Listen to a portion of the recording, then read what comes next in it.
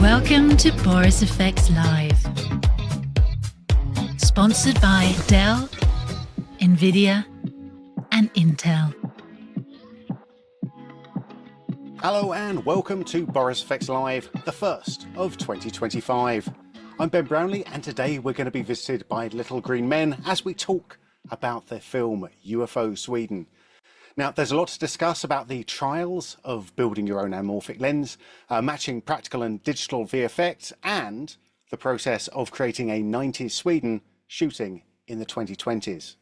And actually something else that is amazingly exciting to me is the process that they're using to create a new way of doing English language dubbing with a new AI-powered technique. So I'm going to be joined by director Victor Danell and VFX supervisor Jacob Danell to answer all of my questions.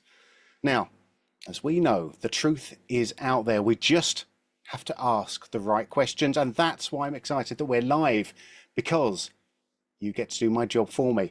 So here's how you ask your questions. If you are watching us on YouTube or on boriseffectslive.com, you will see the comment chat window to the right hand side or just underneath the viewer.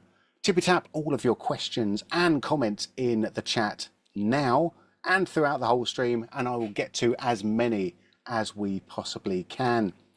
Now, of course, if you are on Boris Effects Live, there is another good reason to be there, and that is, of course, to enter our giveaway. We're going to start off the year strong, and we're going to be giving away a copy of SynthEyes and a 1-year subscription of the Boris Effects Suite, which is everything that we make, including Sapphire Continuum, Mocha Pro Silhouette, SynthEyes, Optics, Crumple Pop, and Particle Illusion. I've got my Boris Effects Suite t-shirt on today, so there's going to be no doubt on what you're going to be getting. So head on over to boriseffectslive.com and enter there. Of course, thank you to all of our sponsors for helping to keep the Boris Effects Live strong in 2025. NVIDIA, Dell, and Intel. And of course, a big shout out to Dell and their ability to conquer the complexity of AI with Dell Precision. Power your passion and purpose with NVIDIA RTX GPUs. I'm currently sitting next to my Dell Precision laptop. Definitely very fun.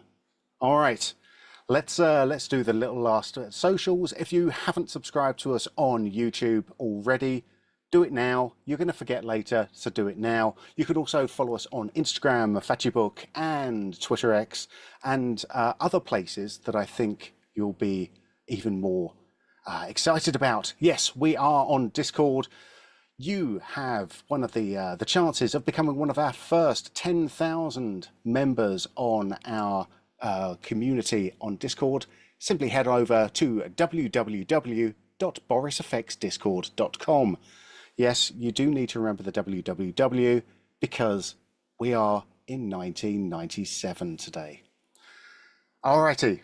Well, let's not muck about anymore. It's my pleasure to introduce our guests.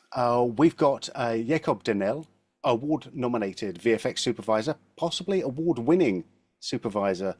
We're gonna see. There we go. Yeah, I got a little smile there. And Victor Danell, of course, director of UFO Sweden. Jacob, Victor, welcome to Boris Effects Live. Thank you. It's an absolute pleasure to have you here. I've thoroughly enjoyed the film, and I think before we talk too much about it, Brian, can you run the trailer, please? There we go. Maybe we can. We have the technology. Då hälsar jag er alla välkomna till UFO Sweden styrelsemöte. Välkomna. Hoppa ut! De har våra mätdata! Öppna dina nät! Det finns ju bullar här också som Gunnar har köpt. Väntar vi på något eller? Uno hade en teori. Att varje gång som SMHIs prognoser slog fel så berodde det på att jordens gravitationsfält blev påverkad av något. Ett UFO!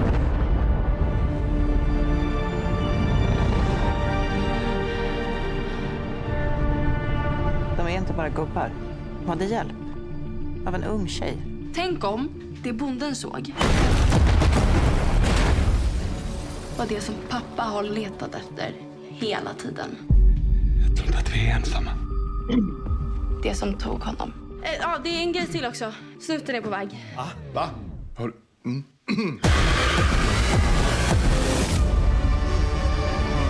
Känner mig inte normal. Menar att det skulle vara onormalt att tro att ens pappa blivit bortförd av utomjordingar? Påstå något så dumt.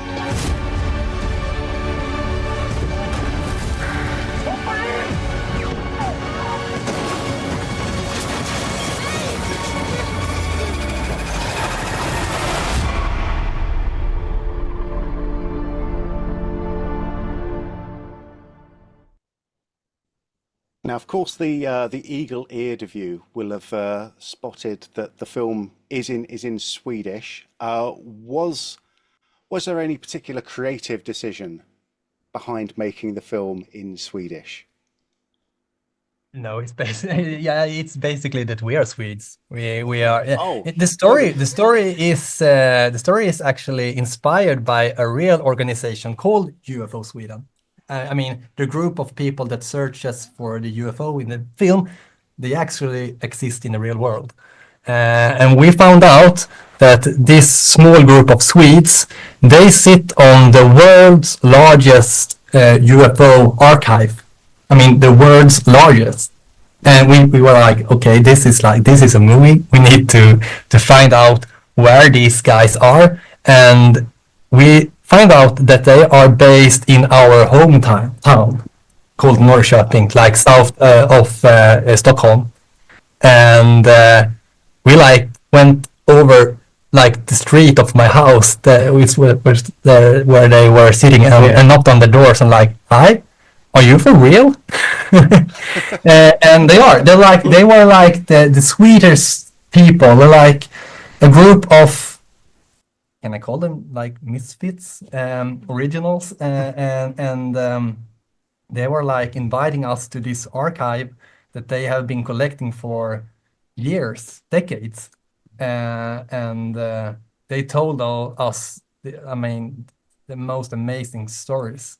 Yeah, and when we left their office, we were sure that this is our next movie. Oh my goodness! I mean, I actually didn't realize that it was based off a real organization. No. I mean, when you're obviously the director of this, Victor. You also are a co-writer on it as well. Yeah. I'm also the co-editor and the co-effect supervisor. Yeah, I mean that sort of leads me to this sort of talk about. I mean, it's produced by Crazy Pictures. Yeah. Can you talk a little bit more about that company, because I think that's also quite fascinating as well. Yeah, we are like a group of friends. Some of us has been growing up from making movies from the age of 10, and we started this company for it was 16 years ago, and we are we call ourselves a film collective, and by that we mean we are 5 people that make film together. Like that's basically it. We are a group of multi-talented people. I'm the director, writer, editor. Another guy is the producer and the sound mixer and the SFX supervisor. Another guy, he shoots the movie, he edits them, he color grades them, and we like to work very close to each other. I think it make it possible to cut cost and make things a little bit more collaborative and cost effective, and maybe that's why we can make movies that look more expensive than they actually are. Yeah, I mean that's I didn't want to get too heavily into the cost of this straight away, but it looks a lot more expensive than the budget, and when we start to look at some of the shots, I think everyone's going to agree. I mean, can you talk about about that sort of the sort of funding side. This is your second feature film, isn't it? So Yeah. was the second one actually easier to get going, to get funding for? Um, yeah, yeah, it was. I mean, the first movie, it was like our school project. I mean, it took us like 7 or 8 years from when we started to write on script to the premiere. And this one, it, it took a lot shorter time. It took like 4 years from idea to finish. And I mean, it was easier to get it made, but I mean, it's just as hard to make a good movie. I think Yeah. that's still the hard part. Yeah, totally. Um, yeah, we also ramped up the production compared to the other one. Yeah, quite a Compared to lot. the other one, we were maybe 20, 25 people for the whole production. Now we were like 60, something like that. So we also had to learn how to work with so many people in a way that, as Victor said, Crazy Picture mostly work as a collective, so it's a pretty flat hierarchy. But with 60 people, we still had to have more distinct groups, and everyone had to communicate in another way than that we have done before. So that was a learning Yeah, part. that's a learning curve. Yeah. Yeah, and I think like also if we can take a look at some of the behind the scenes pictures as well when you've got them, Brian,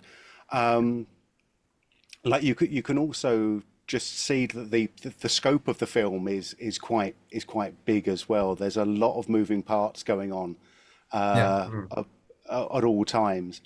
You know, from a director's point of view, what was the sort of the main learning or the main challenge that you had on this production?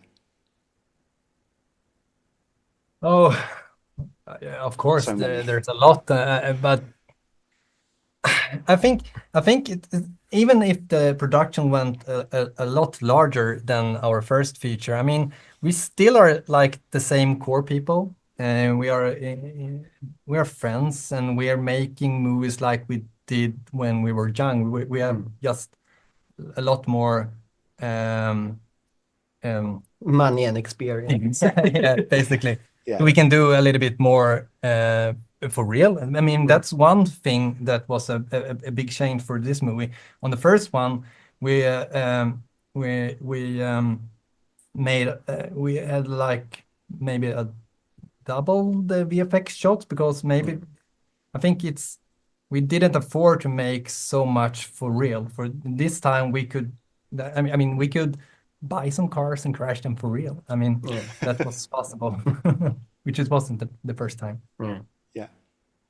Well, Jakob, let's come over to you then for some of this and bring you in because I mean this is a period film. I mean we start in the 80s and then we move over into the 90s.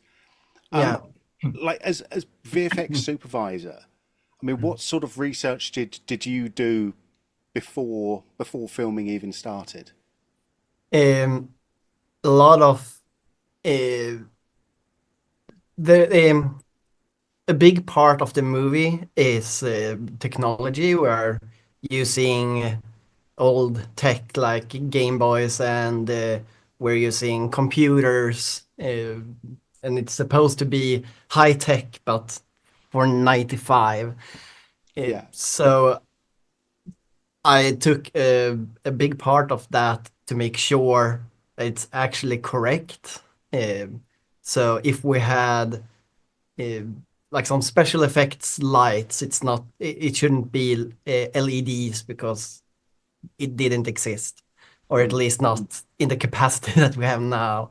And for computers, I made I found a emulated Windows 95 to see exactly how it looked and extracted the pictures from that to build up all the user interfaces, build up how the terminals and file systems were moving around, and so on. Yeah, And and we also talked a lot about wanting the movie to not like just look like it was shot in 1996, also to feel in the way we produce the VFX.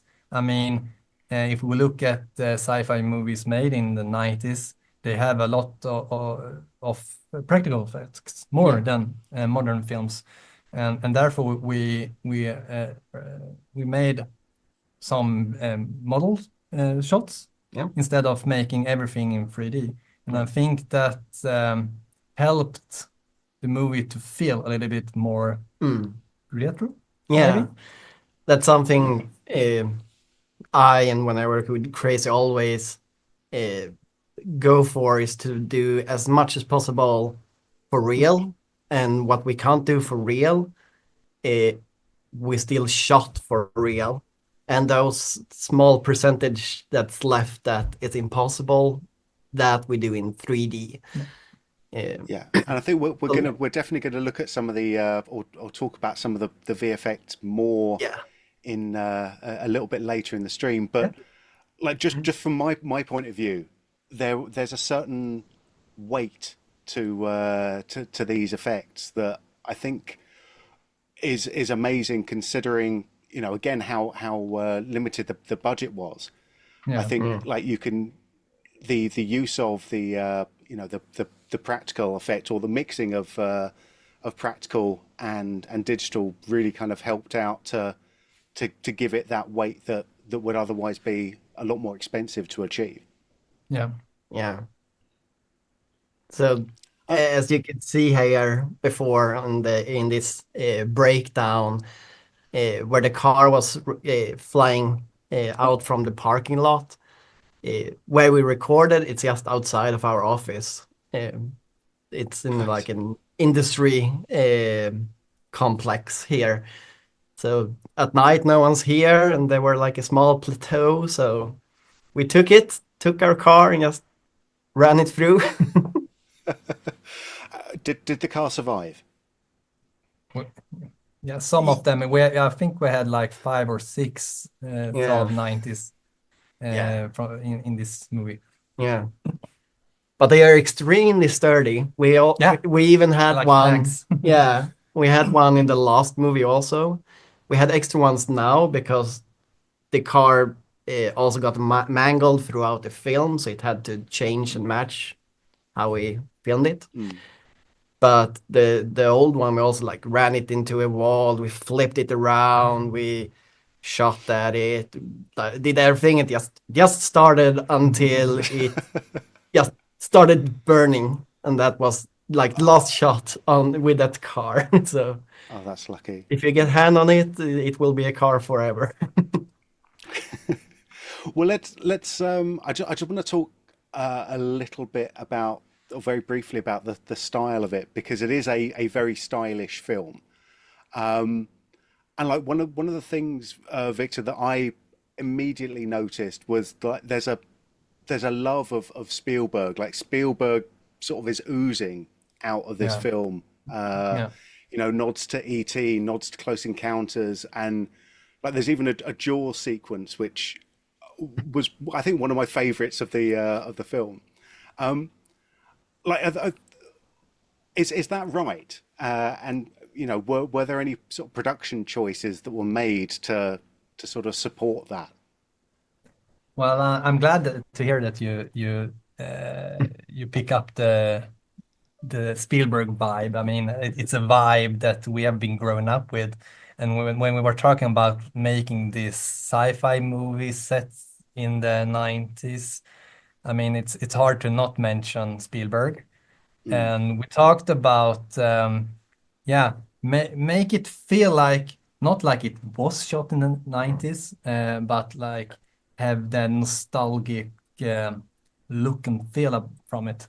And one thing that we agreed on early on was we have to shoot this film on anamorphic lenses instead of spherical lenses, to catch this vintage look.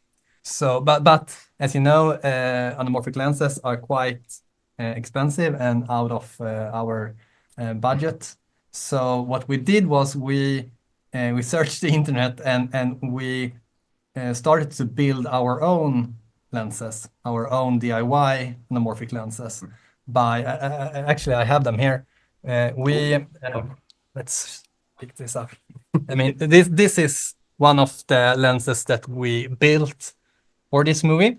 As you can see, the oval iris is the image is compressed by the anamorphic block in this lens, and it consists of basically 3 elements. It's we used this set of Carl Zeiss contax lenses. It's still lenses made for old cameras. We bought a bunch of these from an old man in the woods outside our city. And then we ordered a bunch of anamorphic blocks. This is the lens that original sits on the projector that de-stretch the image, the anamorphic image, optically. So we bought a bunch of these from eBay and around the world. And basically we put this together, and to make it able to focus, we put an variable diopter in front of it, and then encapsulate it like this. And we made 4 of these lenses for the movie. It's 40, 50, 85, and 135. I mean, how and they actually worked. I mean, they worked. Yeah. How difficult was it to focus with those though? I'm assuming that it's not just focusing as you would do on any other lens. But actually, it is. I mean, we put a bit of tape on the original focus rings on these lenses, and then put an variable diopter in front of it. So it's focusing like a normal movie lens. Yeah. Oh my God. Okay. So the normal lens is set to infinity. Yeah. And then you set the focus after the anamorphic part. And as a VFX supervisor, that was also a bit of heaven, because we didn't get the big anamorphic squeeze that you else get. That's really hard to match and track and all that. But I mean, we wanted the anamorphic look, and the anamorphic look has a lot of optical effects that comes with it, and that's what you want. But it also make the life hard for a VFX artist. Yeah, that's right. I think we'll when we start talking about tracking, I'm sure that we're going to get a bit deeper into that as well. Yeah. Someone in the chat has asked what camera you were using to shoot with as well. We used 2 Canon D300 Mark II. Exactly. Our main cameras, and then we had a Sony FX3 as our B camera. It's still the small one. I thought it was like a 7S, but okay. It's a FX3. Nice. Yeah. Oh, nice. That's our and also we put a bunch of A7S and some other cameras, like to have some have crash cameras and stuff like that. Like inside cars and all that. But the main cameras was a Canon 300 Mark II. 500. This 500. 300. 300. It was 2 years ago. Yeah. And the Sony camera, was it FX3. FX3. Yeah.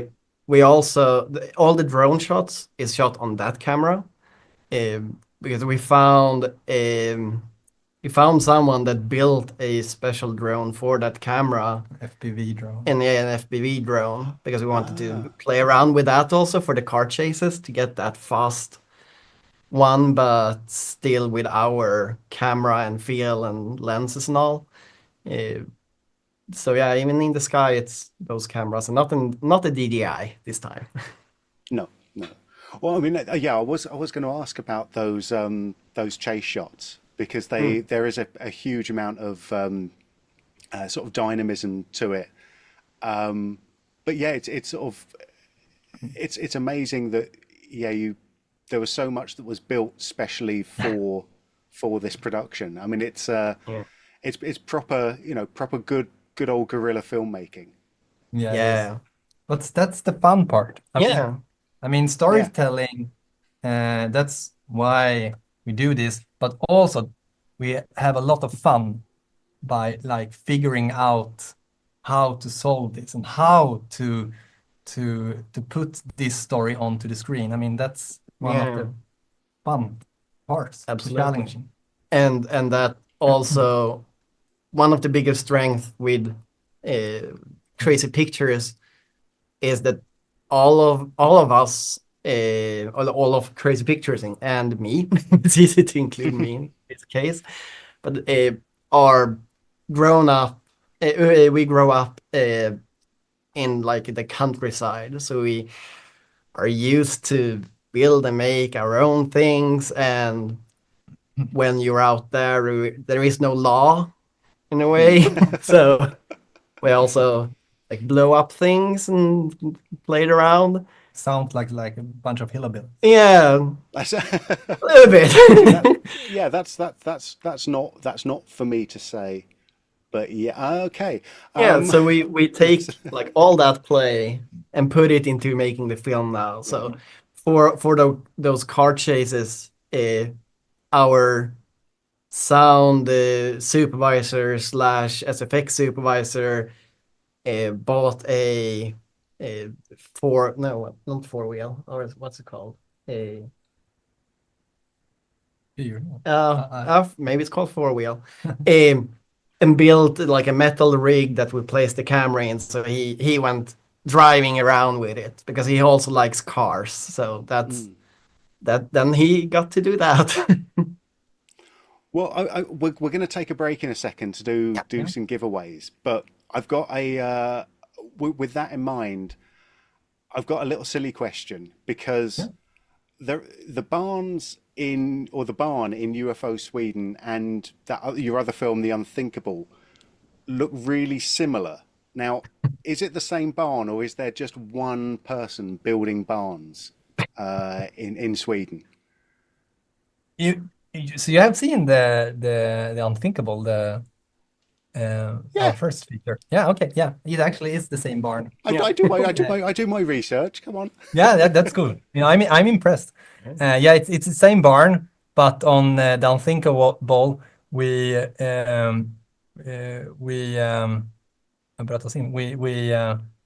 broke in in the barn. We didn't ask for permission. We just went there with a camera and two actors and played in the barn. But for this time, because we were doing the things that the story needed, we also take permission. Yeah. Fantastic. Oh, I'm glad I asked now. All right. Well, stick with us. I'm going to give away some stuff now, and when we come back, maybe we can take a look at a few shots as well, and talk a little bit more about that anamorphic lens. All right. You're watching Boris Effects Live. We are talking UFO Sweden, and this has been a whole load of fun so far. So if you've got questions that you want to ask, or comments that you want to make, then please keep them coming in the chat. I will be getting to many more of them as we go through. Obviously, you'll see the little chat box either to the right-hand side or underneath your viewer. If you're on Boris Effects Live, of course, you want to do one more thing there as well. You want to scroll down to the bottom of the page and you want to enter your email at borisfxlive.com for a chance to win one of our prizes. I have just been told that we are upping our prize game now. Not only are we giving away a 1-year subscription of SynthEyes to one lucky winner, that is a $599 value. We're also giving away a 1-year subscription of Bokeh Pro, which is a $595 value. And one lucky winner will be dancing out of this stream with a 1-year subscription to the Boris Effects Suite. That is everything that we make, including SynthEyes, Sapphire, Continuum, Bokeh Pro, Silhouette, optics, the green one, Crumple Pop, and the purple one, Particle Illusion Pro. And that is going to one lucky winner. Alrighty, so if you haven't already gone to borisfxlive.com, please do so. Obviously, if you want to join in the community, head over to our Discord forums as well, Discord channel as well, www.borisfxdiscord.com. And of course, we're right here, you're right here. You see one of these just underneath your viewer, you know what to do. It's a like button. You click on the like button, you might get confetti. If you're subscribed, I think it's 17% more likely to see confetti when you click that like button. So give it a go. You might like it. Okay, it's bad. All right, and on that note, let's give away a 1-year subscription to SynthEyes, shall we? All right, now I'm listening out to see if in mission control we actually are ready with our first name, and we are. So what I'm going to do is I'm going to fire up the Boris FX custom tombola. We have now got it completely electrified for 2025.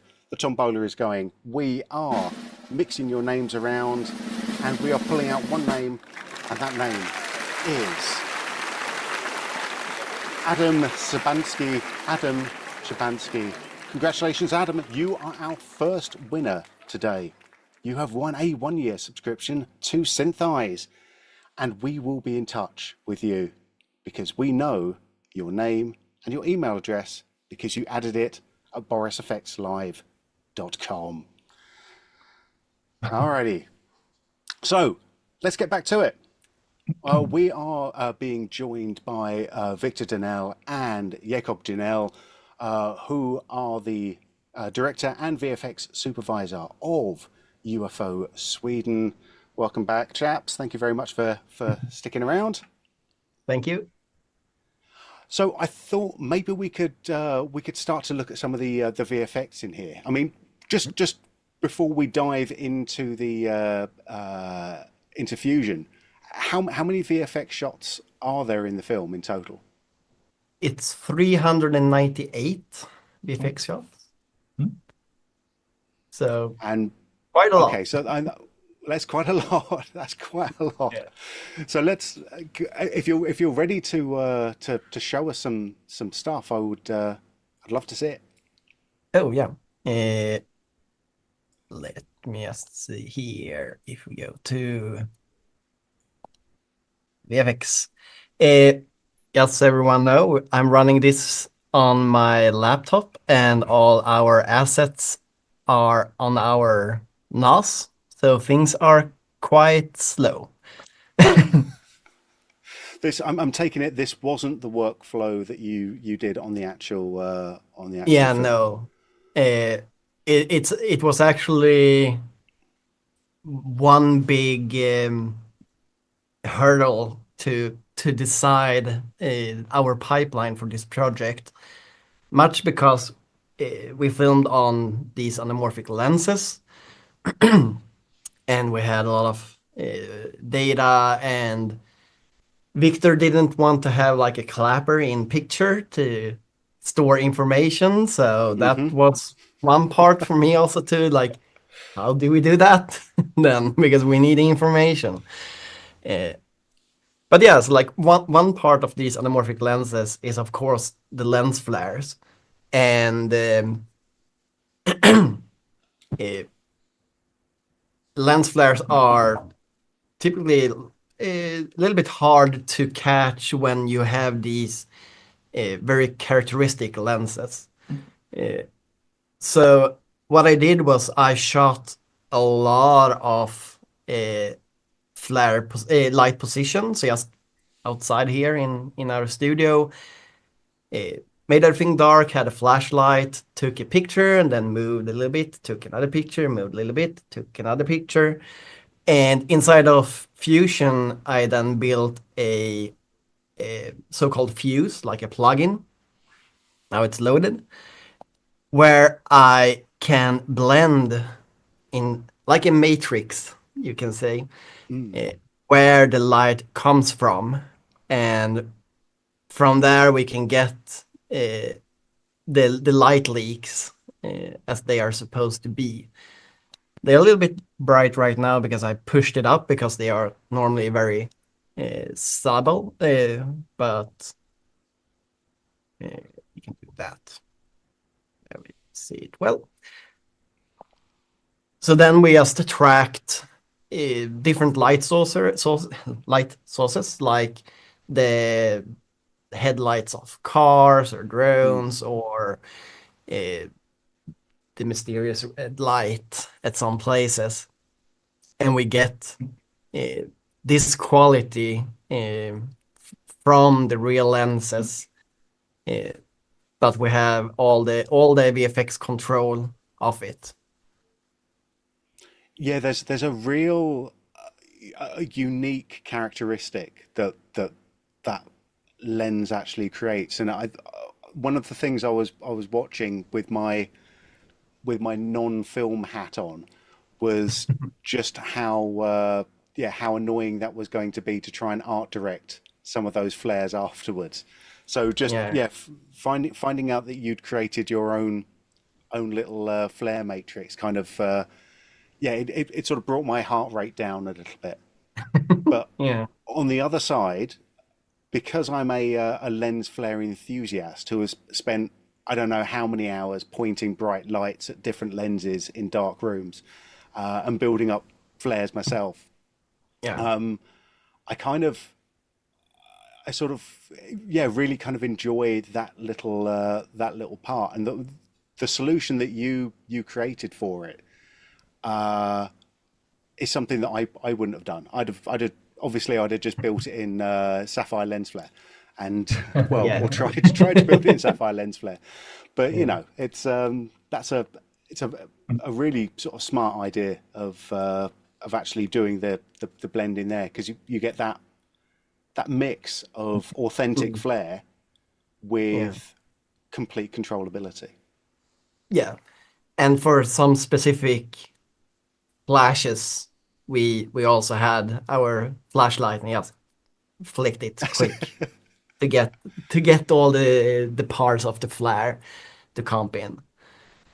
But we also had some digitally made flares, but not much at all. Mostly because it looked digital. Like, sadly, then ID for you guys: make a flare plugin that isn't built on sprites.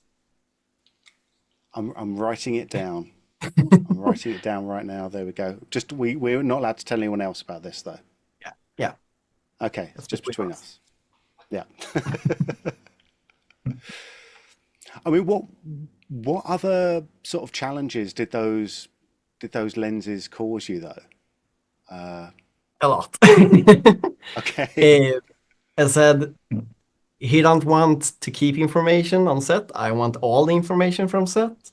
So part of the lenses, as these are analog, it's impossible to know information. So I fixed a small chip. It's a little bit hard to see. There we go.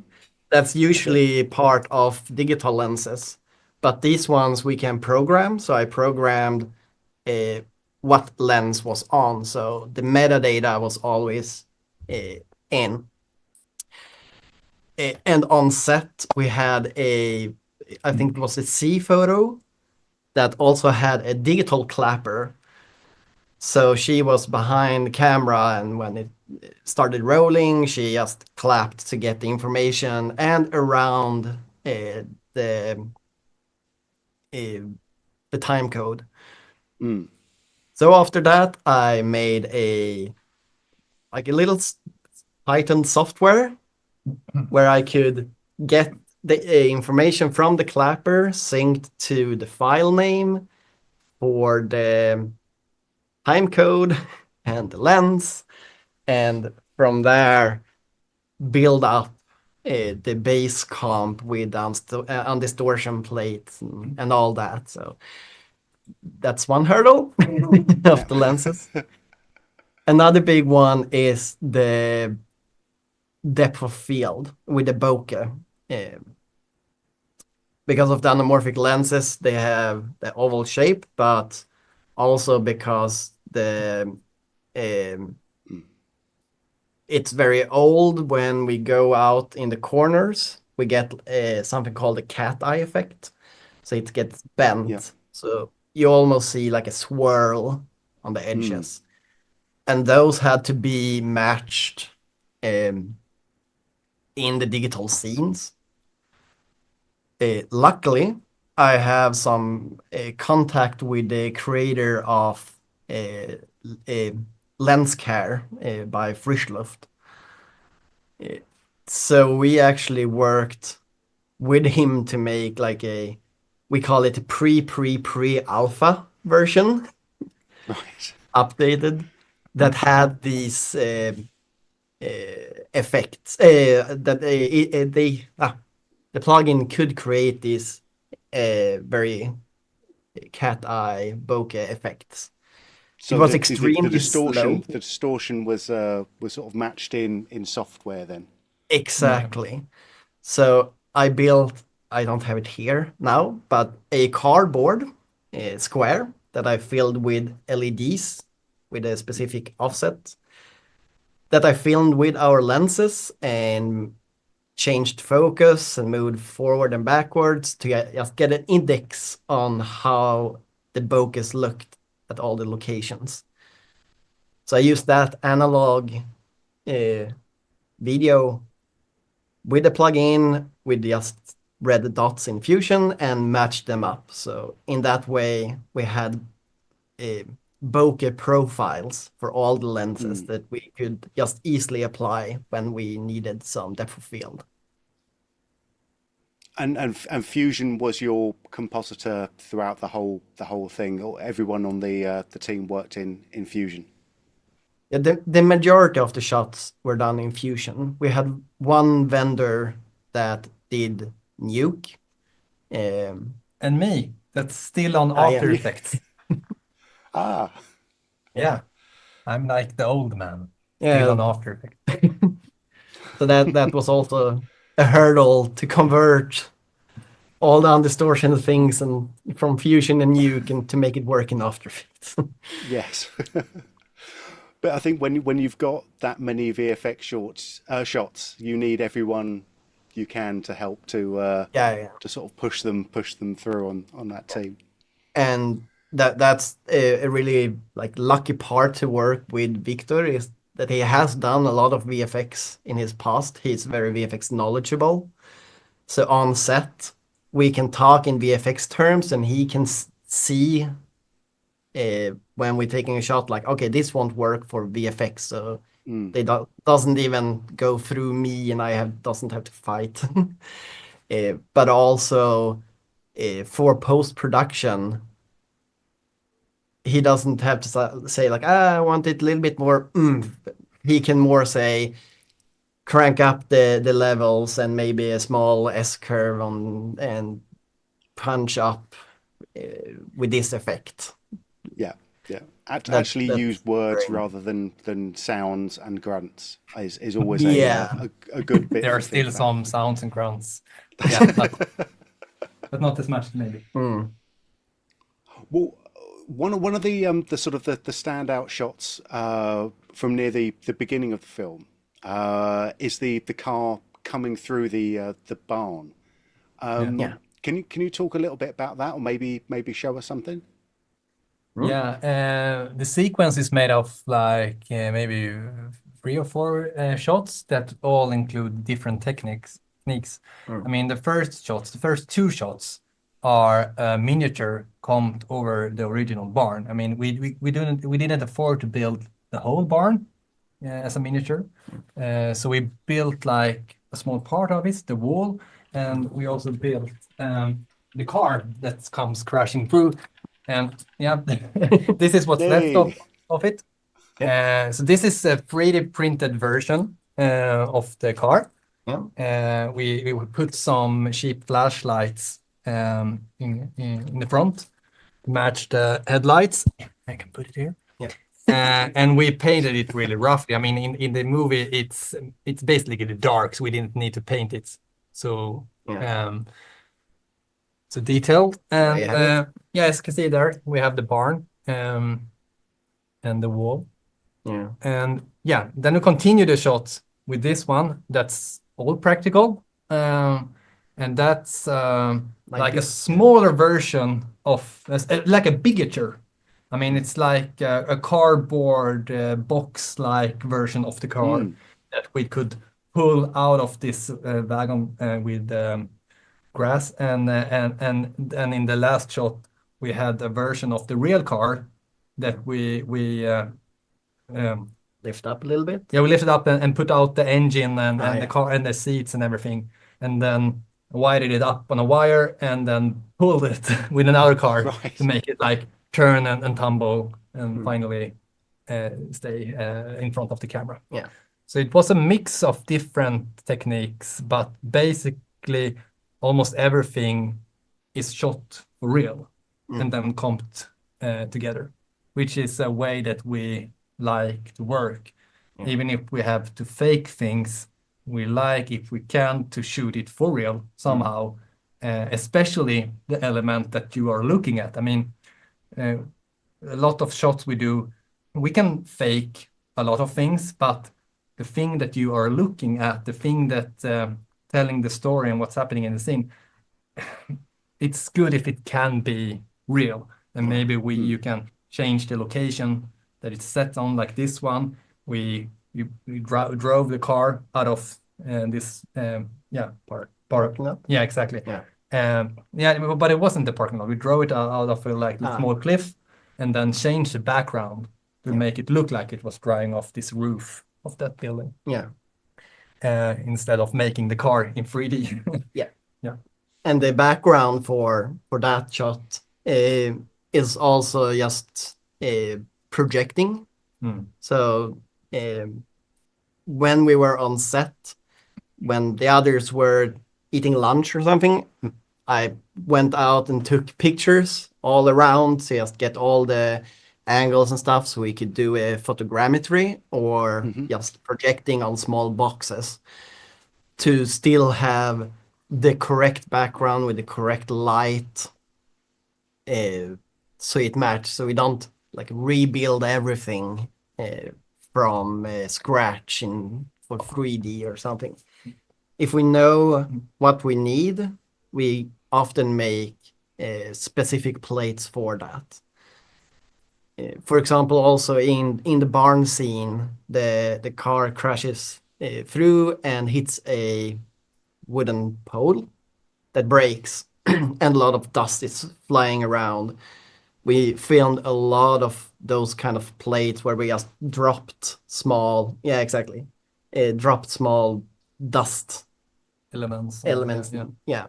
So throughout the whole film, we filmed in total around, here you can see it. So we filmed around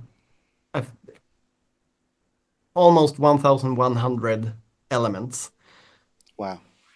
Yeah. I think some of those dust elements also showed up as in the titles as well, didn't they? Yeah. Or was it? Yeah. There's lots. There's so much I want to actually talk about, but I don't want to do any sort of spoilers as well. But it's kind of like it's a nice, because I want people to come see this film. But like when it comes to doing like set extensions, there's like there's obvious things like we saw with changing the buildings and making them look a little bit more a Spielberg 90s. Sci-fi. Yeah. 90s Spielberg Sci-fi. But were there any sort of surprises of things that you kind of only noticed once you'd started filming that you had to change up to make it more 90s? Yeah, of course. I mean, a lot of I don't remember what number you said, 390s VFX shots. Yeah. A lot of it isn't, I mean, big, spectacular VFX shots. It's the small shots. I mean, it's like changing a sign or what I tend to like is to, if we have like an wide shot, we're having two people talking in a wide shot, and we want to use the boom to have a great sound, but we can't get any close because it's a wide shot. I mean, leave the boom in the picture, leave the whole boom operator in the picture, and paint him out later. I mean, that allows us to get the high production value, and it also, I mean, the other way maybe would be to make it in ADR later, but now we get it on the spot. We got the performance, and we doesn't have to like book the actors and a studio later, which would cost money. So I mean, it's a lot of small VFX shots also that speeds up the workflow and allows us to like improvise on the day and do stuff on the fly.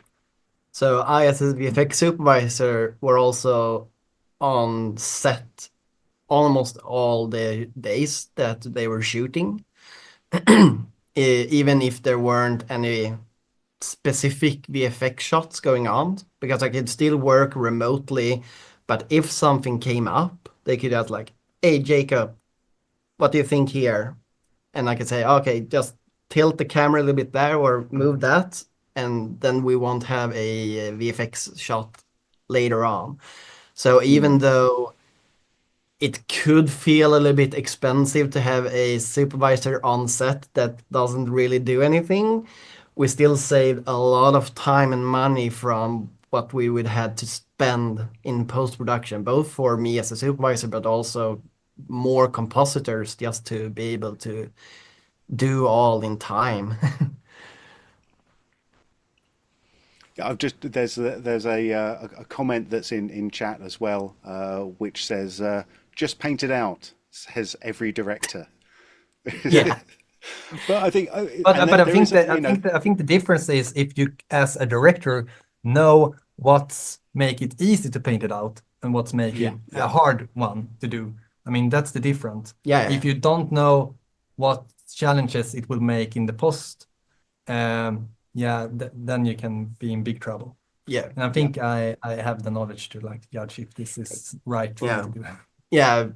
A big part of your VFX background. That's very nice for me that you have.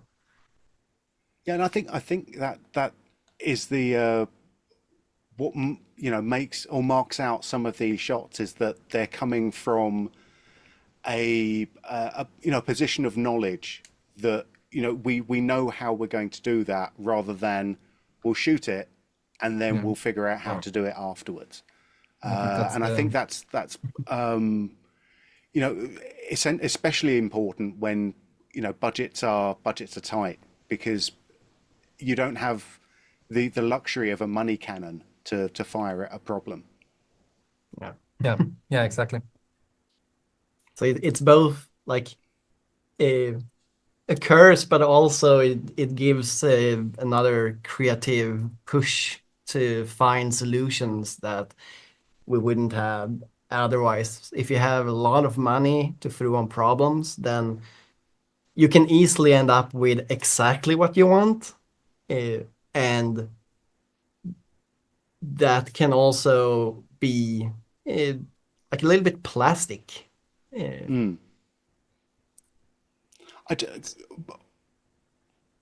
going to have to take another break in a moment, but I want to just do one last thing beforehand, because I want to hear about what your favorite shots were, because I think each of you must have a favorite shot. I want to ask about my favorite shot though, which is the first time we see the UFO, because I think that it's such an important moment and it's handled really well. And yeah, just tell us a little bit more about it. I think we might have seen something in the trailer about it as well, so it's not a complete spoiler. No, we can talk about it. One of the first sighting they do is like this red vivid light that appears in the sky, and it shows in the trailer too, so it doesn't spoil anything. Yeah. And it's almost like a Northern Light, but it's a little bit more ominous. And we wanted it to feel organic. I think that was the key part. And Jacob had made a short film just before where he did like complete universe full of stars and galaxies. But instead of making them in 3D, you made it by dropping ink in an aquarium and making these colors like float around in the water. That was really, really dramatic and awesome. So I asked Jacob and his friend that was doing this, like this was shot, to come to us and do it again. And it was beautiful. And you guys shot a lot. I mean, we had a lot of material that we picked, the stuff that we liked, and it made it look, I think, more organic and true to life. Like, you can talk. And that's also one reason I love working with real elements or miniatures, that you don't always get exactly what you want, but in the process you can also find something very unexpected. Like it's for those water light elements we made in the water tank, we tried a lot different kind of inks, different colors. We tried salt water, fresh water on glass plates. I 3D printed some spinning things to see how the liquid would move when it came out from there.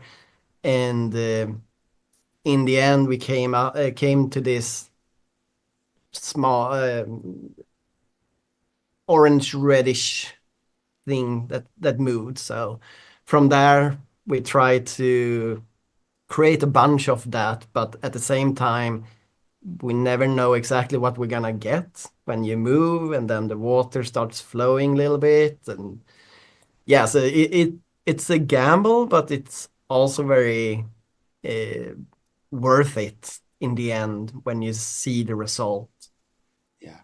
It's so beautiful. It really is. It's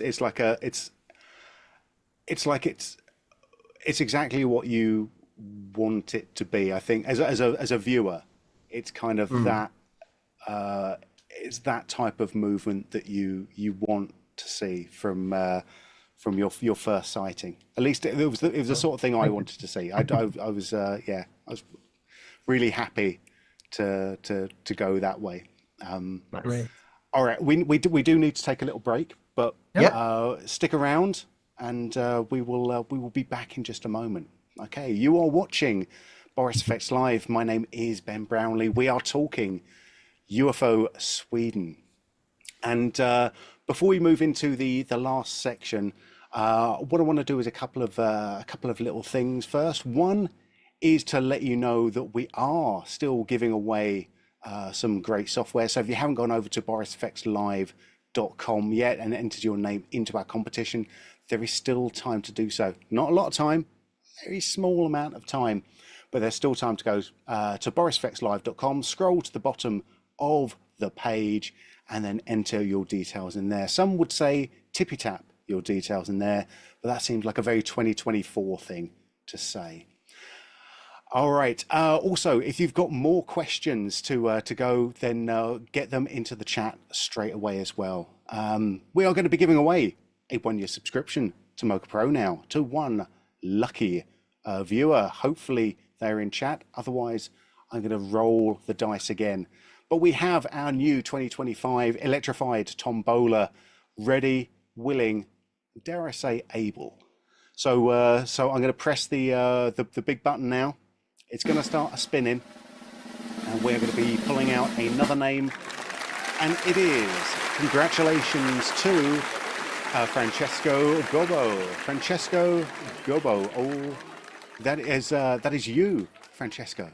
You are our big winner of the 1-year subscription to Mocha Pro. So congratulations to our winners Francesco and Adam so far today. There is still time. We are going to be giving away a 1-year subscription to the Boris Effect Suite. That is everything that we make, including Sapphire, Silhouette, Continuum, Mocha Pro, SynthEyes, Optics, Crumple Pop, and Particle Illusion Pro. That is a 1-year subscription, a $1,295, $1,295 value going away there. So you've not got a lot of time. Go to borisfxlive.com and enter now. Of course, if you're enjoying the chat so far and you haven't done so already, hit the thumbs up button.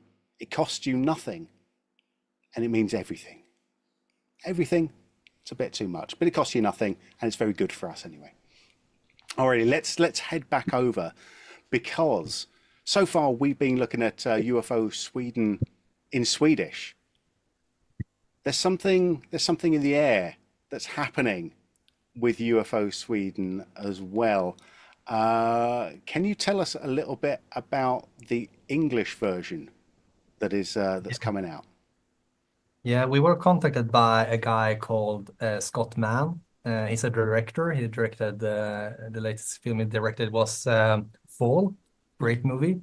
And he had developed a technique for that movie to remove like curse words when they are about to release the film. And he and his company that he's a co-founder of, that's called Flawless AI, had bought the English rights for the movie, and they wanted to not just dub like in ordinary way the movie. They have developed this technique called vubbing, which means that you dub the film like in ordinary way, but then you use AI to manipulate the actor's lips to match the new dialogue track. And first, we haven't heard about this technique before, so we were like, yeah, are you for real, or are you like I don't know, want to mix with our movie? But we shortly found out that yeah, the Flawless guys were great and they were real serious, and they wanted our movie to be the first movie to be released with this technique. And they're still working on it. It's almost like finished, and we are waiting for a release date.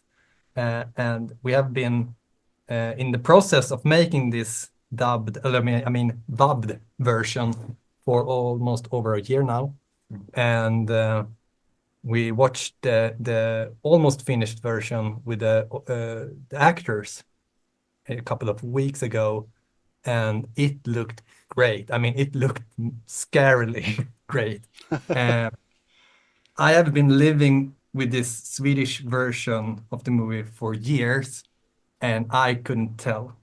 It felt like an English original movie for me, which is like it's opening such big possibilities for indie filmmakers and foreign filmmakers to release their movie to a much larger audience, which is super exciting. Were you able to get the original actors back in to do the dubs? Yeah, and that was like the only question we had on the first meeting. I mean, can we bring back the original cast? Because that's like a deal breaker for us if we want to do this. And they were like, we also had one question for you. Can we bring back all the actors to make them do the characters again, but in English? So they were like exactly on the same level. They wanted the actors to protect the characters and protect the performance, so it's still them. I mean, even if we mix with their lips, it's still their performance. It's their visual performance from the day, and there's also like this new English dialogue and the performance in that. So me as a director and the actors, we had the creative control. right through the process. And the Flawless guys has been great to bounce and want to talk about shots, and we have been able to approve every shot, comment with comments, and they have revisioned the shots like a lot. That's fantastic. And well, cool. so Well, I think we've actually got a couple of samples that we can show now, and then please. I've got some other questions after. Yeah. Yeah. So let's roll VT.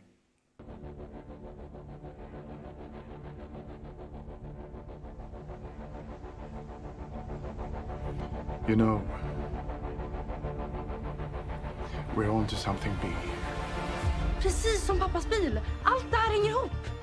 Det är att vi försöker lösa det här, men vi gör det tillsammans. We try to resolve this, but we do it together. We try to resolve this, but we do it together.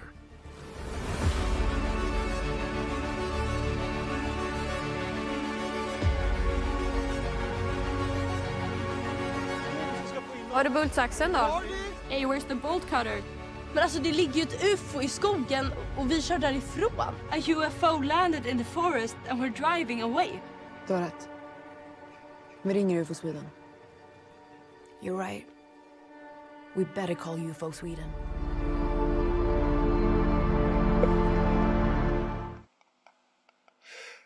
It makes me smile so much. It's so good. It's ridiculously good. And these shots are actually from like the early versions of the shots. I mean, the technique is it's evolving so fast. Like when they have just finished the whole movie and every shot, they're like, we made this version with like the Flawless 2.1. We are like, now we are on 6.3. We have to do it again. We can make it better. So yeah, I'm super impressed. And I'm really honored that they wanted to do this with us. Yeah. Oh, do you have a distribution date for it, or is that still up in the air? I take it. It's still up in the air. It's scheduled to next year, this year. I mean, it's in January, but we doesn't have a specific date yet. Yeah, it's great, and I think it's one of those things that's definitely going to open up films to a completely different audience, completely different market. Also to a different viewer that doesn't want to or doesn't like to read subtitles, or speak Swedish. Exactly. And that's a big audience. And also it also brought this positive effects. I mean, it also made it possible for us as a filmmaker to fix stuff that stuff that wasn't like stuff that's in the script that like a little bit complicated and not articulated right. We could, because we're not bound to the lip sync anymore. So we made some small adjustment on the dialogue to make the story even a little bit clearer and more direct. And that was like a positive effect that come from this process, which was kind of mind-bending. No, I was going to say, just like keeping the integrity of having the original actors there, being able to who know the characters, and they are using their performances again. It's that's a very important part, I think. Yeah, and it's something that people, I know, when in all the sort of the hubbub about AI replacing people, I think, there's something you're not going to pick up with a machine, an AI performance that a human is going to do. You have that connection. Why you're saying things. Exactly. And Flawless is developing a lot of tools right now. One is a tool that's called Deep Editor, which is in the edit process. as you usually do, you find some stuff in the story that doesn't work. You need to replace dialogue, add new dialogue, and then you are bound to lay the new dialogue off screen. But instead, this new tool that they are developing make it possible to take a shot on the actor, and the actor actually can pick up, have their phone and do a new performance, record it on the phone, and send it to Flawless, and they can add this new performance on top of the old performance, and the actor can see the shot and then approve it before it can be used in the edit, which is super exciting for me as a director and editor, because we already do this kind of cheats in the edit. That's what filmmaking is. We are cheating. We are manipulating space and time, and we are adjusting the actor's performance by choosing new takes and combining and cutting between takes. But these new tools allows us to do it better. I mean, so a lot of people is afraid that this new AI tool will make us lose control. But I think if it's done properly, that I think Flawless is doing, it allows us to do the things that we are already doing. I mean, the filmmaking stuff, even better.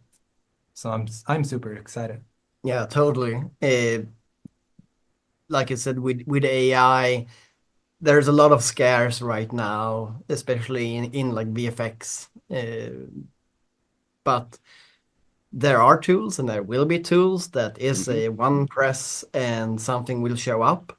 But in the end, we want the control. We want to pick the direction and everything, and to have AI instead of the result.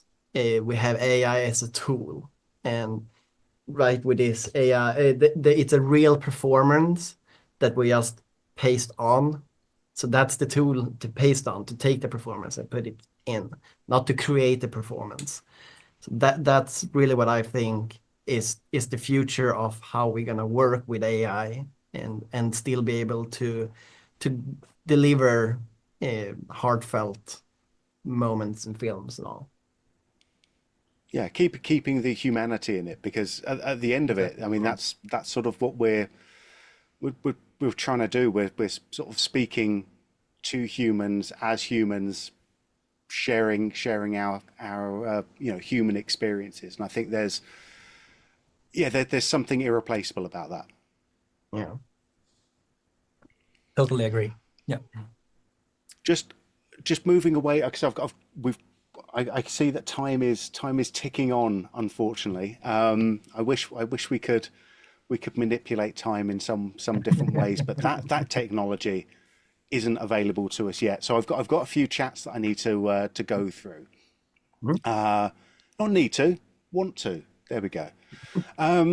We've got a good one from Claudius, who says, how do you handle the match moving and camera tracking? And I'm assuming that's especially on those anamorphic lenses.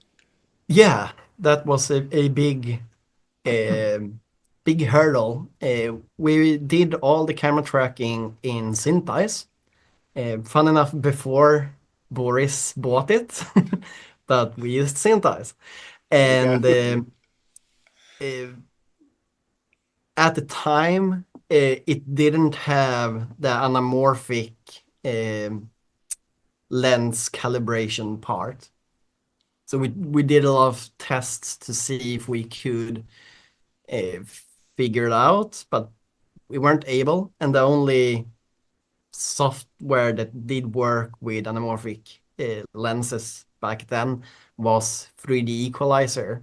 So we rented that for a short while, did the calibration for all the lenses, got ST maps out that we could apply on the footage, and then with the undistorted footage, track it in bokeh. In SynthEyes.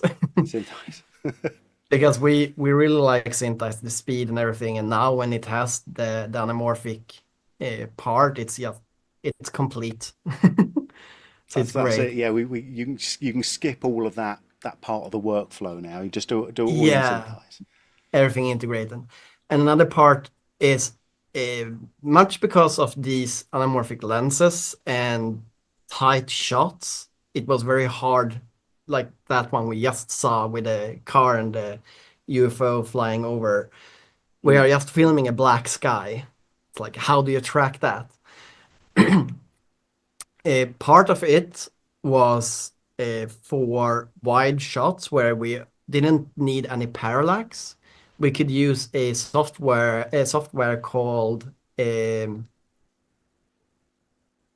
what's the name? G gyro track. I had to look it up. I'm really sorry for the developer. Okay. It's a free open source software that takes the gyroscope information from cameras that you can stabilize. It's mostly used for like drone FPV drone shots to make them really smooth and nice. But I extracted the gyro information and applied it on a 3D camera. So we got the orientation of the rotating camera. So we could just put a sky replacement or whatever. So we didn't need any camera tracking at all for those shots. And for other shots, I built these small things. It's a ping pong ball with a coin battery. So I can just turn it on and it's lit. So in the dark night, we can still see it at far away. And if we need it small, it's very small. And I can change the brightness with a potentiometer here. So I put those different colors on. So everyone was always wondering, what is he doing? Like putting up Christmas lights everywhere. Because it's also, we put a 360-degree camera on our main camera as the viewing camera, the help camera. I don't exactly know the English name. So we use that camera for camera tracking and these points to help. And I also measured the distance between so we get the correct size of the track. But so, okay, we are shooting there. Jacob is over there putting up Christmas lights. What is it like? But I said, trust me. Trust me, yeah. And were those also 3D printed, or were you? No, it's not extremely ball, cheap ping pong balls from eBay and coin batteries from the local hardware store. We are so nerdy. Yeah, That's I brilliant. love it. It's brilliant. Yeah. Yeah, Gyroflow. Thank you. That's the name. Gyroflow is the name, of the tracking. There we go. Yeah, thank wonderful you software. to our chat again for that. Yeah. Oh yeah, Milo. He worked on the UFO Sweden. Lovely guy. Oh well, that would sort of give him a heads up on why he knows what it's called. Yeah. We also have question. Sorry, what? Go for it. No, please. Okay.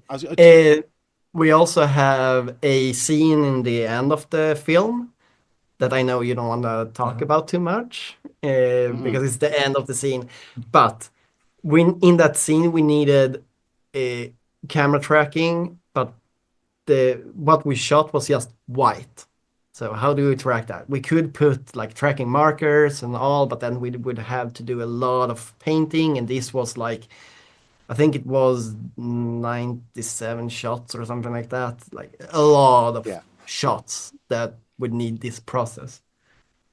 So what I did was I took a weekend, bought some VR gear, and figured out to these small Vive pucks, they are called. Yeah. So we put those on the camera and then used a software called OpenVR Tracker. There are a lot of software that can track to put into like Unreal Engine, but this software, OpenVR VR Track, could save it as an FBX. So on those shots on location, when we started the shot, the cameraman always quickly flicked the camera. Like a 3D clapper. Exactly, because we couldn't send a signal. So then we just matched the quick rotation to sync it up. And all the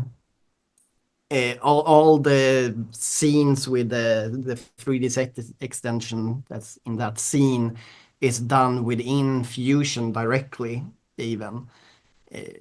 Just because Fusion has a great 3D environment, 3D part of the software. It's not photorealistic, but it didn't need to look photorealistic because we weren't gonna see much of the background. But to have it all inside of the compositor also made it really quick for Victor to come and say like, oh no, move that thing a little bit like there, and then move, and then see, okay, good, final export into the edit. Perfect. So that way we also saved a lot of money, saved a lot of steps in the process. Yeah, this VRR live tracking thing you did, I was quite impressed. I mean, it totally worked, and it saved us a lot of time in post. Yeah, a little bit scary because it was like 1 week before we're gonna start shooting, and I didn't fully get it working, and I didn't have a backup, so it was like, please work. And it did. I mean, that's the true definition of guerrilla filmmaking, isn't it? Like you've got, and again, it's just you sort of come up with these ideas, and I know it paid off. It paid off. Yeah. Totally. One last. I mean, that process. People are asking for more stuff about it in the chat, but like we have a lot. Rewatch. One of the other things was how many shots did you film in a single take out of necessity? I assume because things got destroyed that you didn't have doubles of, and were any of those shots problematic? I don't think so. I know the scene where the car drives through the wall in the parking lot and flies down that you can see in the trailer. I think we shot it twice, but the plates didn't break, so we had to put it back, hoped it stayed, and then went again. But it all went like mostly according to plan. Yeah. So it didn't have like this big catastrophes. That shot. Yeah. So I don't. Here we go. Yeah, I think we're seeing the shot there. Yeah. I don't think there were shots where we felt like, oh, damn, we're screwed. This part was a little bit hard-ish because of here in Sweden we have gotten pretty hard like drone regulations that you have to call if you're within 5 kilometers of an airport, you have to call into the tower to get permission to fly. And they just say, okay, we'll call you back when you can fly. You don't know if it's 5 minutes or 5 hours. Yeah. And then all of a sudden they call like, okay, you have 3 minutes. And then, okay, up with the drone. And then when 3 minutes up, they say, put down the drone and let me hear it stop. So you really have to let it go down. Yeah, so flying with the drone a little bit higher up is a little bit hard sometimes. Oh, but that's amazing though. I mean, with this, I mean, my final question here then, to both of you, and you'll hopefully have different answers. Is what was your favorite shot either to work on or to see in the finished film? Obviously, we have to avoid the end again. I'm sorry. Yeah, and not only the end. I mean, I have one shot, and it's a part of a sequence that we worked really hard on, and it's how can I say it without spoiling everything? We are at a lake in one part in the movie, and the UFO guys are fishing up something they expect to have crashed into this lake. And we built like this mechanical big thing so we can shot this thing they are pulling up from the lake for real. So we are on like a raft with the camera floating around in the middle of the night and are trying to film this, money shot of this thing coming up from the lake, and make it, it's a black lake. We doesn't see anything. We are like floating around on this raft and okay, pull up, and we are over here, and the thing is rising over here, and we made it. We have to try it so many times, but at the end we got the perfect shot. The thing pulled up just in front of the camera, and it worked. And I'm glad for the people that had to work in the in swimsuits on the bottom of this lake for like in really cold weather for a lot of days. It would have been sad for them if it didn't work, but it worked, and I'm really proud of that shot. Yeah, and for me, it's very hard because there isn't. Like in the end, there is a big sequence with all VFX shots, but still, all the parts of the shot, all parts have some degree of fun interactions, playing around, that I totally love, like with the miniatures in the barn, with the 3D tracking for the last scene, and we have for all the car chases we made previous, but I went around walking with our 360 camera taped onto my cap, and just walking back and forth at the location very early, so there weren't much people around, to get all photos around, be able to make a photogrammetry 3D model that we used both Fusion and Blender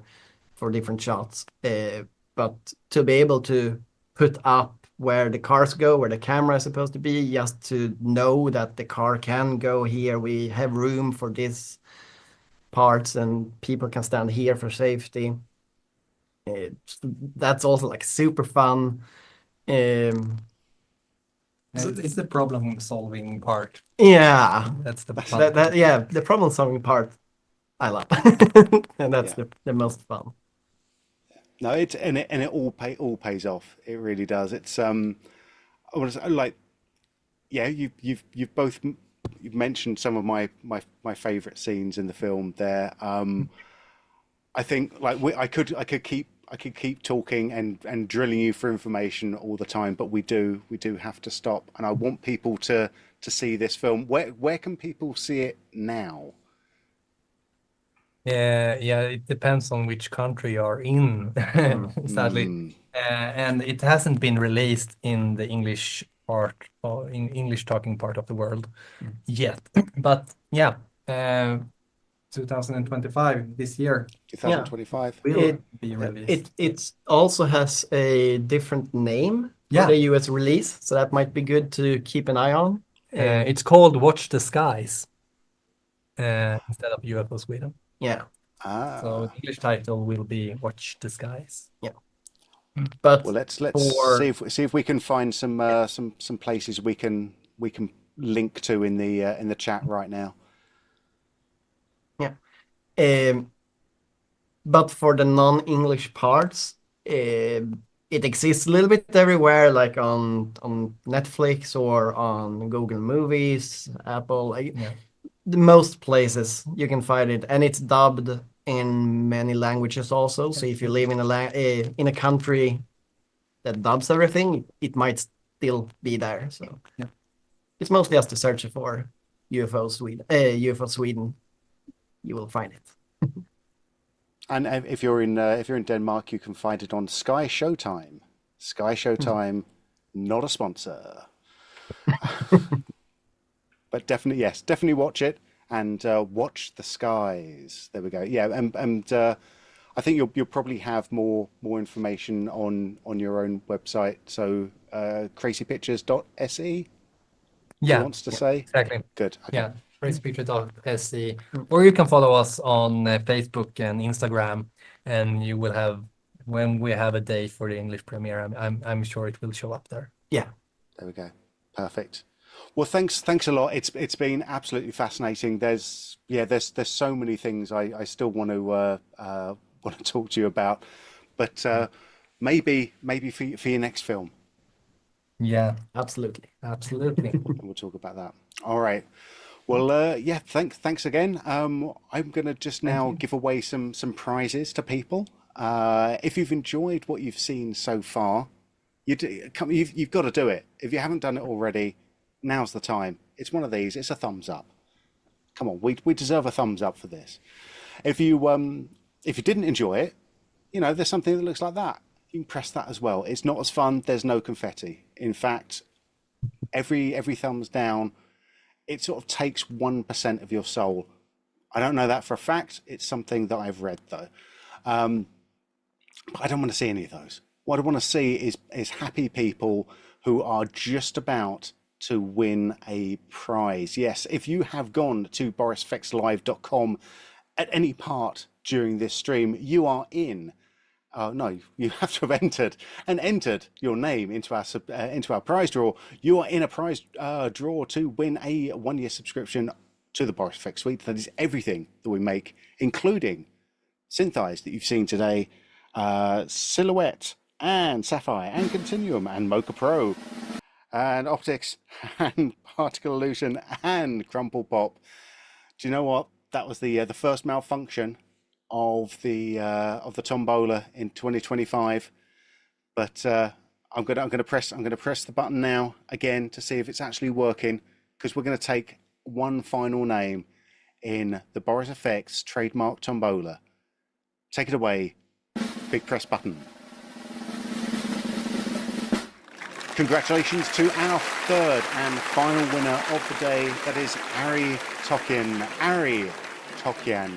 Congratulations to Ari. You have joined the hallowed grounds of Boris FX Live winners. To all of our winners, we will be in contact with you within probably the next day or so. We like to say 36 hours. I like to say 23, but it's probably going to be 36 hours to tell you how you can claim your prize. Actually, we're not going to tell you how you can claim your prize. We're just going to send you your prize, because that is the power that we have. So thanks a lot to all of our winners. Thanks a lot to our fantastic guests, Jakob and Victor Danell. Thanks a lot to all of you watching at home. This has been the first Boris FX Live of the year. I have been your first Ben Brownlee of the year, and I'll see you again very soon. Bye for now.